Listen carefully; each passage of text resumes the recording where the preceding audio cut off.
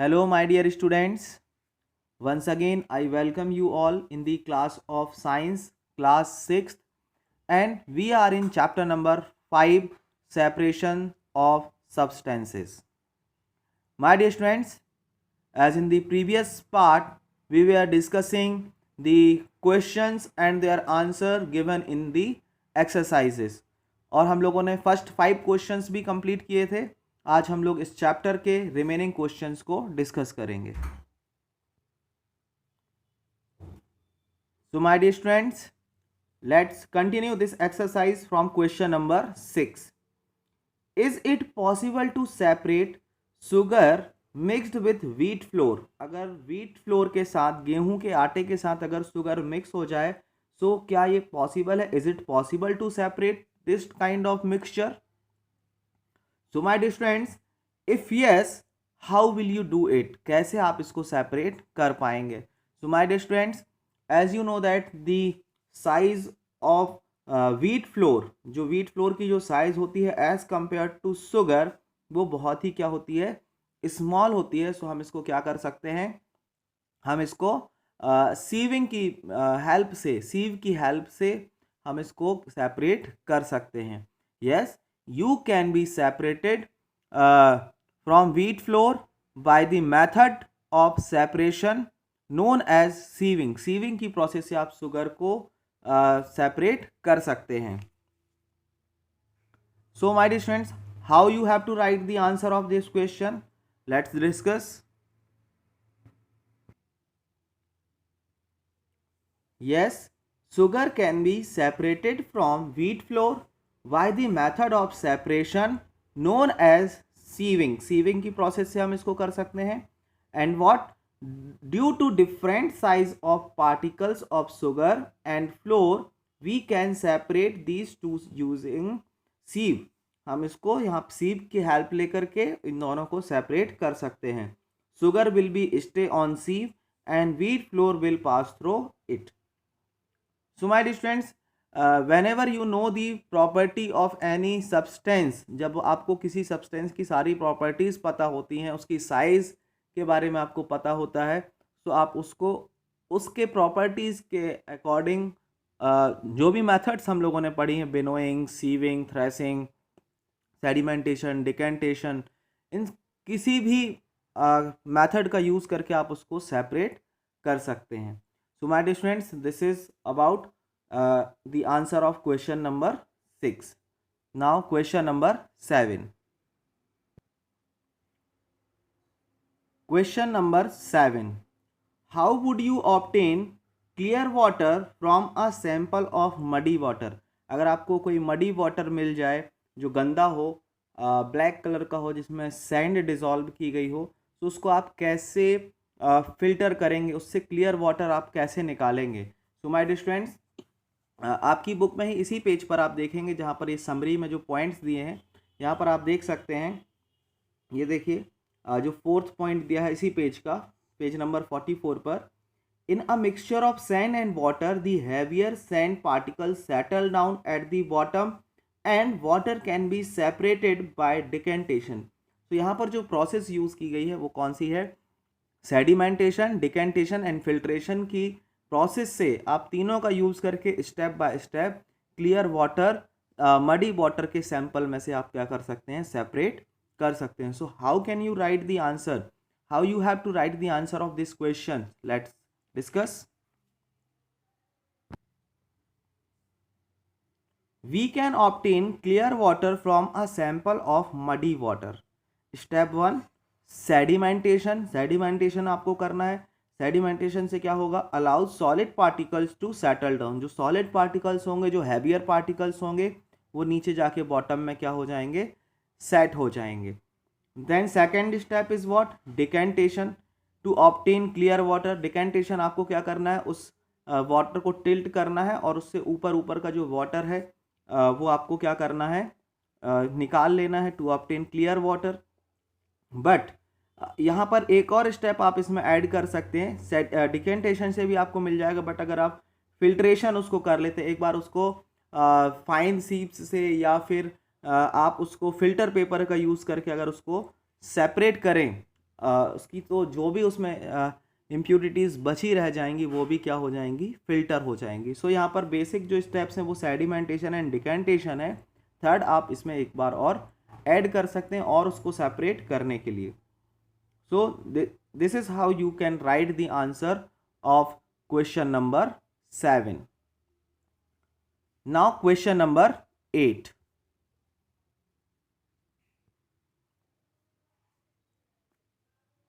Question number 8, fill up the blanks. आपको यहाँ पर फिल इन दी ब्लैंक्स दिए हैं, या आप लोगों को फिल करने।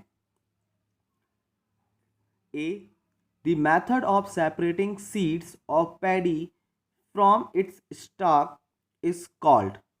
जब हम किसी ग्रेन्स को, सीड्स को सेपरेट करते हैं स्टॉक में से, तो उस प्रोसेस को हम लोग क्या कहते हैं, थ्रेशनिंग कहते हैं। क्या कहते हैं माय डियर स्टूडेंट्स, थ्रेशनिंग इसको हम लोग कहते हैं।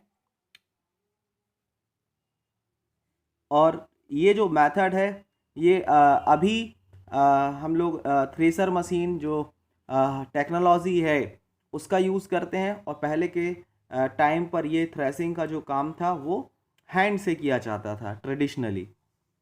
Now second, when milk cooled after boiling is poured into a piece of cloth, the cream is left behind on it. This process of separating cream from the milk is an example of। इसका मतलब क्या हुआ, इसको आप लोगों को यहाँ पर बताना है कि इस प्रोसेस को क्या कहते हैं।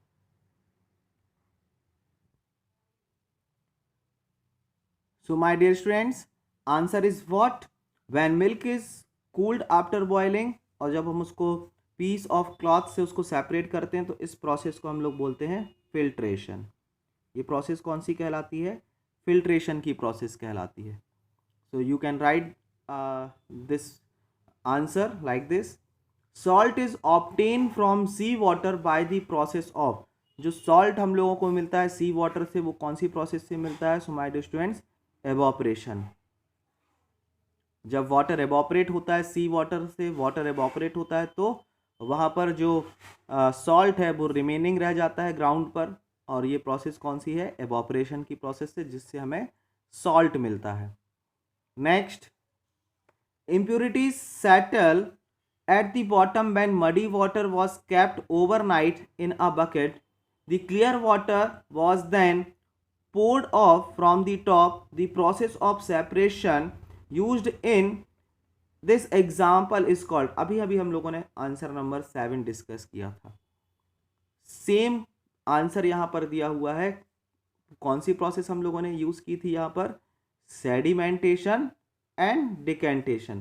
सेडिमेंटेशन की प्रोसेस हम लोगों ने यूज़ की थी, एंड डिकेंटेशन की प्रोसेस हम लोगों ने यूज़ की थी। तो यहाँ पर दोनों आंसर आप लोग इस तरीके से लिखेंगे। So this is how you have to fill up these blanks given. Now question number 9, true or false। यहाँ पर आप लोगों को स्टेटमेंट्स दिए हुए हैं, आप लोगों को यहाँ पर ट्रू फॉल्स बताना है। A mixture of milk and water can be separated by filtration।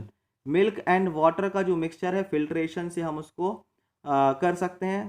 So my dear students, no, this statement is what? False. इसको हम लोग इस तरीके से सेपरेट नहीं कर पाएंगे। Next, a mixture of powdered salt and sugar can be separated by the process of winnowing. So this statement is what? False. आपने देखा होगा सॉल्ट भी आपके यहाँ होता है, शुगर भी आपके यहाँ होती है, और दोनों का वेट भी होता है, दोनों हैवियर पार्टिकल्स हैं। सो यहाँ पर आप विनोइंग का यूज़ करके तो इसको नहीं कर सकते, बिकॉज विनोइंग का यूज़ तब होता है जब आपका एक पार्टिकल लाइटर हो और एक पार्टिकल हैवियर हो। यहाँ पर दोनों हैवी पार्टिकल्स हैं, सो विनोइंग यहाँ पर नहीं हो सकता। सो इसके कारण ये स्टेटमेंट क्या हो गया? फॉल्स हो गया। Next, statement number C, separation of sugar from tea can be done with filtration. हम लोग जो चाय बना लेते हैं घरों में, और जब हम उसको फिल्टर करते हैं बाय यूजिंग सीव, अगर हम उसको फिल्टर करेंगे तो क्या शुगर और टी सेपरेट हो जाएंगे माय डियर फ्रेंड्स? तो आंसर इज व्हाट? नो, ये सेपरेट नहीं होंगे, इसलिए ये क्या होगी? प्रोसेस फॉल्स हो जाएगी। Next, grains and husk can be separated with the process of decantation.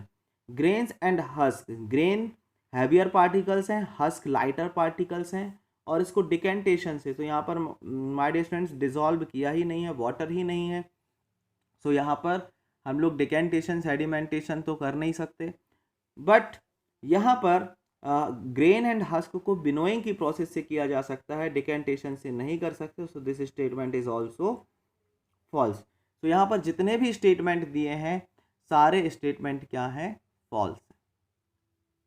Now हम लोगों ने फर्स्ट 9 क्वेश्चंस कंप्लीट कर लिए हैं। Now question number 10, lemonade is prepared by mixing lemon juice and sugar in water, you wish to add ice to cool it, आपको उसमें ice भी add करनी है, so should you add ice to the lemonade before और after dissolving sugar, आप जो sugar है उसको डिजॉल्व भी आपको करनी है और आइस भी आपको ऐड करनी है, तो आइस आप कब ऐड करेंगे, बिफोर डिजॉल्विंग शुगर और after dissolving sugar, in which case would it be possible to dissolve more sugar, किस केस में ज़्यादा शुगर आप डिजॉल्व कर पाएंगे। सो माय डियर स्टूडेंट्स, आप लोगों ने सॉल्युबिलिटी के बारे में पढ़ा है, सैचुरेटेड और अनसैचुरेटेड सॉल्यूशंस के बारे में आप लोगों ने इस चैप्टर में पढ़ा है, और आप लोगों ने एक और यहाँ पर एक डेफिनेशंस पढ़ी थी, एक कंटेंट में आप लोगों ने पढ़ा था कि ऑन हीटिंग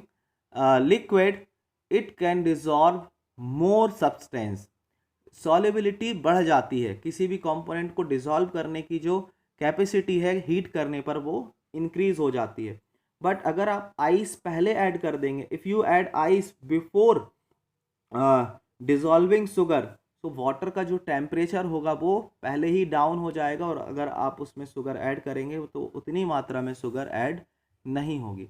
इसलिए whenever you want to make lemonade and you want to dissolve some sugar in it, you have to dissolve it before adding ice को ऐड करने से पहले ही आपको शुगर डिजॉल्व कर लेनी चाहिए। सो माय डियर स्टूडेंट्स, इसको क्वेश्चन को अभी आप लोग अपने ओन लैंग्वेज में, ओन वर्ड्स में इसको अपने नोटबुक में लिख सकते हैं। बुक से ही आंसर आप लोगों को लिखना है, lemonade is prepared by mixing lemon juice and sugar in water, so यहाँ पर आपको यहाँ पर बताना should you add ice, so यहाँ पर आपको लिखना होगा so we can add ice to lemonade after dissolving sugar, after dissolving sugar, why, because at the low temperature water can dissolve more amount of sugar, वाटर क्या करेगा, more amount of sugar को डिजॉल्व कर सकता है। So my dear friends, this is how today we have completed all the remaining questions of chapter number 5, separation of substances.